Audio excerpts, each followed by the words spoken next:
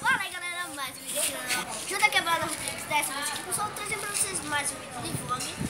E bora pro vídeo. Vamos começar. E galera, eu vou falar aqui sobre o Deadpool. O que é o Deadpool? Deadpool é um justiceiro que gosta de matar, gosta de eliminar. Vamos supor, ele é o Deadpool e eu sou um homem. Ele dá uma facada em mim, eu vou morrer, porque ele é um justiceiro. E o super-herói não é assim. O super-herói quer ajudar, não quer matar, quer fazer tudo de bom pra ninguém morrer. Mas o Deadpool não, Deadpool é E dá um ele qualquer... quer matar, quer sentir a dor, quer sofrência dos caras. E tem uma parte aí que o Deadpool Leva um tiro no cu. Mas essa roda é pra você. Tia, leva um tiro no cu, gente, que isso? Tiro no cu, boy. Que isso? Deadpool leva um tiro no cu, velho. E tem uma parte que aí ele falou logo quando eu ia falar isso, depois dessa parte que eu ia falar, ele faz... Peraí, filma eu, sério. Aí ele faz um bagulho aí que é pra ele ficar mais forte, o poder dele ficar mais forte, ele ficar mais forte.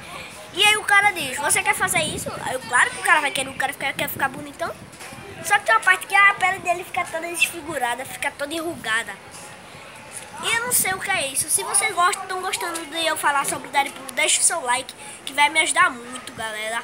Depois você manda. E se inscreva no canal, compartilhe se vocês gostarem. Tim, tim, tim, tim, vai. Vai, ó, tim, tim, tim, tim. E não me ligou, tim, tim, tim, tim. Me deixou solteira. A gente... Cara, esse Reginaldo, o cu fica dele assim, ó, fica fechado. Fica fechadinho. O cu dele fica assim, Fica ó, virgem, fica assim, ó. fica virgem, galera. O cu dele. E eu espero que vocês tenham gostado do vídeo. Se gostou, já mete aquele tapão no gostei e fui. E galera, sou o cameraman dele. Bota aqui, velho. Tô bicho feio. Ó aqui, galera. Falando de Deadpool leva um tiro no cu, daqui é minha amiga, né não? A pirrã. Ei, inscreve aqui no meu canal, Bruno 4 Game, tá ligado? Que a gente é vida louca. Tchau.